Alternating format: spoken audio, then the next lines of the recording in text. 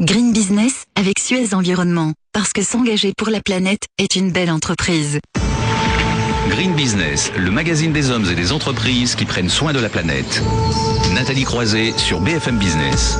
Bonjour, bienvenue dans Green Business, l'émission 100% durable de BFM Business. La conférence environnementale, ce sera la semaine prochaine. Parmi les priorités, la transition énergétique. Faut-il croire à une volonté de développer les énergies renouvelables? Analyse de Thierry Leperc, le président de Solaire Direct. Et le bâtiment vert, où en est-on? Commentaire de Green Solus. Le marché des LED également et Dialight. Enfin, bientôt les Green Business Awards. L'un de nos partenaires, Ernst & Young, fera le point sur les perspectives de ce millésime 2012. BFM Business. On parlait tout à l'heure de la conférence environnementale. Pour certains, c'est aussi l'occasion de faire le point sur les enjeux dans le bâtiment. La France progresse-t-elle vraiment? Nicolas Régnier, bonjour. Bonjour Nathalie. Vous êtes gérant fondateur de Green Solus, donc cabinet de conseil en rénovation énergétique, plutôt spécialisé dans le bâtiment tertiaire. C'est vrai que le tertiaire avance quand même plutôt pas mal. Avant cette conférence environnementale dont je parlais, il y a un rapport qui a été publié sur le Grenelle de l'environnement cette semaine, de l'inspecteur général des finances, Thierry Val, qui dresse un petit peu un bilan et qui montre notamment qu'il y a des efforts encore à fournir en matière de construction des bâtiments basse consommation. Où est-ce qu'on en est véritablement en la matière en France? Quand on parle du plan bâtiment Grenelle, il faut savoir qu'il y a une différence entre le neuf, bâtiment neuf et bâtiment existant. C'est pas la même complexité, pas la même approche. Les bâtiments neufs, il y a une réglementation thermique, la RT 2012, qui a été lancée il y a quelques mois.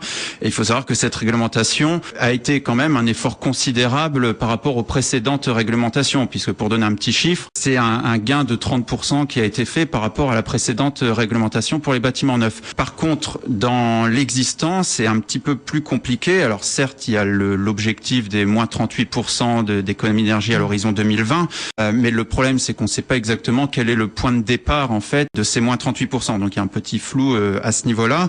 Donc on s'est beaucoup intéressé au neuf, mais en même temps le neuf ça représente une partie infime. Exactement. Et on sait bien que l'existant est très important et que le renouvellement finalement du parc qui représente à peu près 2%, c'est ça? Voilà, c'est par an, entre donc 1 et 2% par an des surfaces qui sont renouvelées. Donc le vrai gain, le vrai gisement d'économie d'énergie est vraiment sur l'existant. Et donc c'est du cas par cas qu'il faudra traiter, mais je pense qu'on en parlera par la suite. On peut en parler même dès maintenant.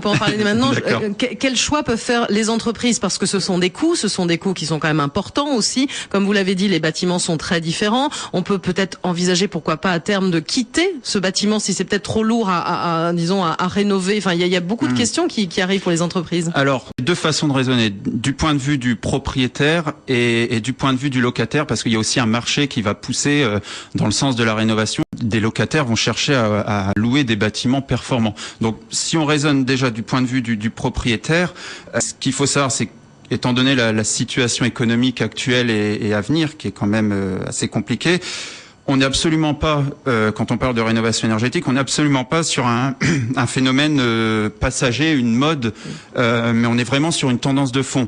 Alors nous, ce qu'on constate chez nos clients, c'est qu'il y a différents facteurs qui vont vraiment confirmer cette tendance.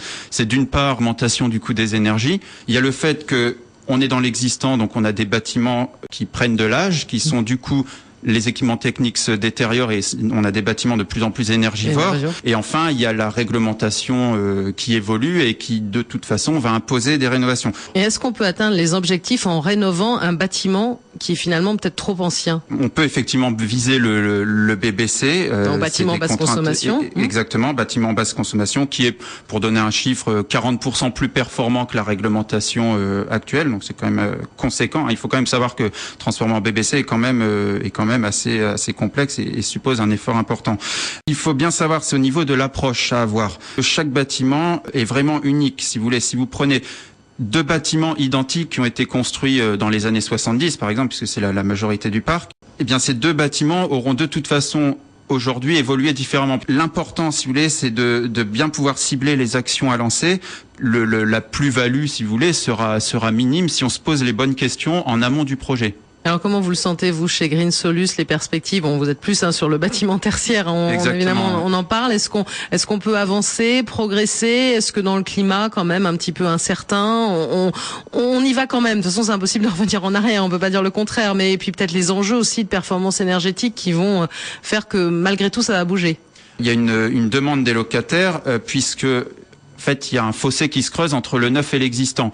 Cette tendance de marché, on va dire, cette demande des locataires, couplée aux contraintes techniques, la réglementation qui pousse, les équipements qui vieillissent, les bâtiments qui vieillissent et l'augmentation du coût des énergies font que les propriétaires et les entreprises, de toute façon, sont obligés de se poser la question. Et voilà les différentes tendances qui imposent de se poser la question de rénover. Et de réfléchir à long terme, c'est ça aussi le Green Business. Merci Nicolas Régnier, gérant fondateur du cabinet de conseil Green Solus.